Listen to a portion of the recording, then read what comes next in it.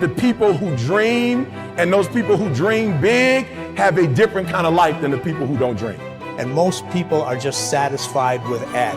There's always a next level. Your definition of greatness and what you want to achieve could be totally different than somebody else's. You know, we always say, no one wants to be first, okay, because they're afraid of the consequences that come with doing something first. If you're not getting the results you want from your dream, then examine your motivation. Give yourself something to work towards constantly. Take charge of your emotions. Don't let someone else choose them for you. If you're not going to do everything that is necessary to get where you want to be in your life, why even bother? Sounds harsh, doesn't it? Makes you wonder, why am I saying exactly what I just said? Because the time is now for you to recognize that there is no time to be feeling pity about your discussions and what it is that you have inside yourself. You have got to have a different type of conversation within yourself and stop doing the word can't and stop doing the word try. Dreams will remind you that even if the situation isn't temporary, dreams still give you a purpose to live a bigger life despite what you're dealing with. Because they will help you move through the chapter of the life that you're in more powerfully, more grounded, and more fulfilled. Now, believing in yourself is simply an attitude. Believing in yourself is a choice. You have to choose to believe that you can do anything you set your mind to. Anything at all. Because, in fact, you can. Those who succeed don't believe in limits. They study until they understand. They don't give up when they experience doubt. They don't give up when it's hard. They do not give up, full stop. They keep working hard, even if they've been rejected. They keep at it. They keep searching for new opportunities. That's exactly how you have to be. Life is hard, and you'll never get far if you limit yourself in anything you do. Stop wasting your time making excuses and blaming other people. You need to set goals and pursue them, but you gotta set goals and create pressure and get some support until you get there. And the worst thing you can do is let yourself off the hook. And that's what excuses do. You let yourself off the hook. When you set a goal, when you have a dream, when you have a vision, don't you ever let yourself off the hook. And start now. Start believing, start dreaming, and create the life and the person that you really want to see. Most people go through life never discovering what their talents are. Most people never develop their talents. They have skills and abilities, but if you don't nurture them, if you don't develop them, they will never serve you. Your gifts can take you many places if you develop your gifts. Most of us don't like to do those things that come easy to us. I've always loved to talk to people. I decided, taking this advice, to develop my skills as a speaker. And my gift has developed and it's taken me many places. You have something that you brought to the universe.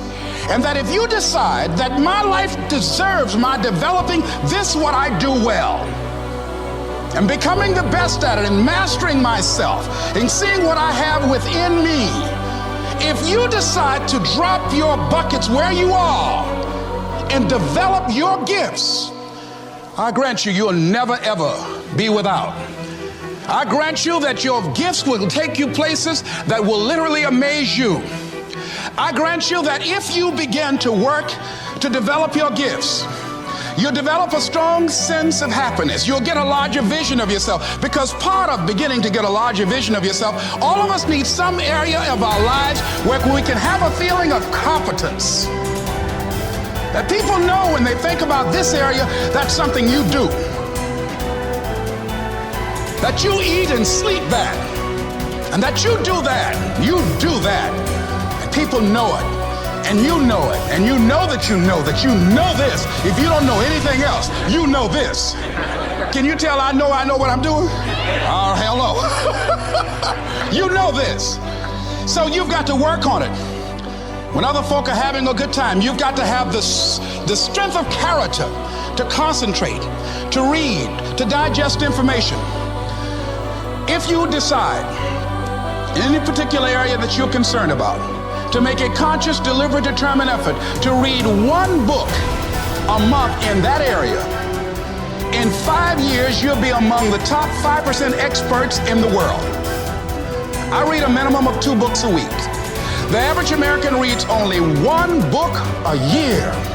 If you decide that area that you love, that you are going to master that particular area, in this era of accelerated change, overwhelming complexity, and tremendous competition, as you begin to develop and expand your skills and your talents and your vision of yourself, you will always be in control of your destiny. It is in the nature of things that some people will be more successful and happier than others. Some people will make more money, have better lives, enjoy greater fulfillment and satisfaction, have happier relationships, and contribute more to their communities. Others will not. The most important single quality that you can develop in a time of rapid change is the quality of flexibility. The opposite of flexible thinking is fixed or mechanical thinking. The opposite of approaching life with an open mind is to react automatically and predictably in every situation. The opposite of flexibility is an unwillingness to change in the face of new information or circumstances. The quality of flexibility is therefore essential if you want to do and have more than the average person. Today, perhaps the most important factor affecting your life is the speed of change. We are living in an age where change is taking place at a faster rate than ever before in human history.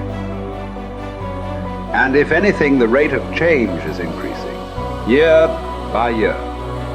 Change today is not only faster, but it is also discontinuous, not following a straight line, but starting, stopping, and going off in unpredictable direction.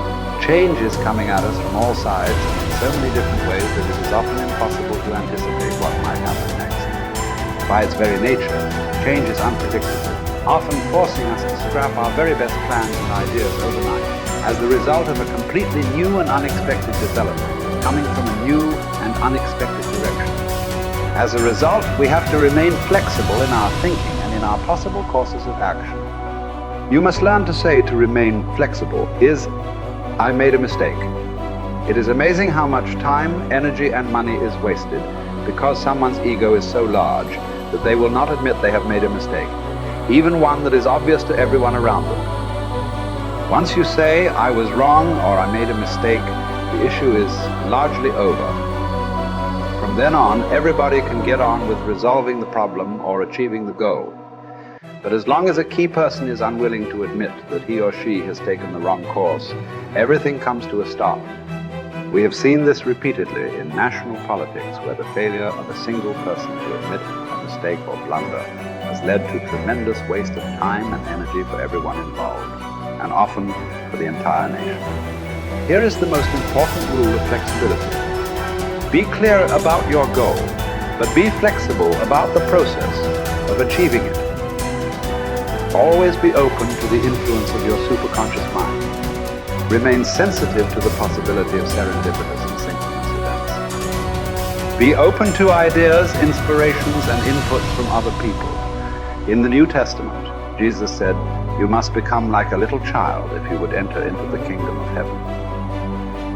One interpretation of these words is that you must remain open-minded, flexible, calm, confident, and curious if you want to be able to recognize new opportunities and possibilities as they open up around you on your journey toward your goal.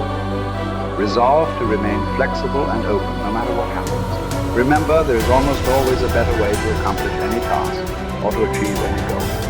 Your aim should be to be alert and aware to what it might be, to find it and then to take action in that new direction as quickly as possible. This will ensure that you inevitably reach your goal, sometimes in the most unexpected and surprising ways. You see, you can have anything you want in life if you want it badly enough and are willing to pay the price. Now, the rules regarding the price of success are simple. There's just 2 of them. Number 1 is you always have to pay full price for success. And number 2 is you always have to pay in advance.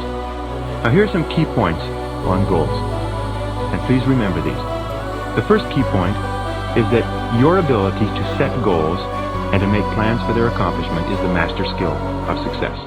The development of this skill requires continual practice and serious personal work, something that only the top 5% will discipline themselves to do. You see, setting goals is hard. Setting goals requires delaying gratification. Setting goals means taking some time aside and sitting down and really thinking through what it is you want in each area of your life. And because this is difficult, most people won't do it. Number 2, your goals must be congruent with your basic values. Your self-esteem comes from engaging in activities and working toward goals that are consistent with what you believe to be good and right and important. Take some time to think through what you believe in, and then structure your goals in harmony with your innermost convictions. What are your basic values in life? What would you live for? What would you fight for? What would you sacrifice for? What would you die for? What are the most important things to you in life? And are your goals, are your daily activities congruent with those values? Now, one of the things we know about high-achieving men and women is that they're very clear about what it is they believe in. And one of the things that we know about underachievers and failures is that they're very vague about what it is they believe in. Because when you know what your values are, then it's quite easy for you to make the critical decisions in your life. But if you don't know what your values are, or if you've never taken the time to think them through, then you will toss with the wind and you'll go whichever way the wind blows on almost any area of decision. Fourth point in goal setting, you must have a major, definite purpose, one goal that is more important than any other.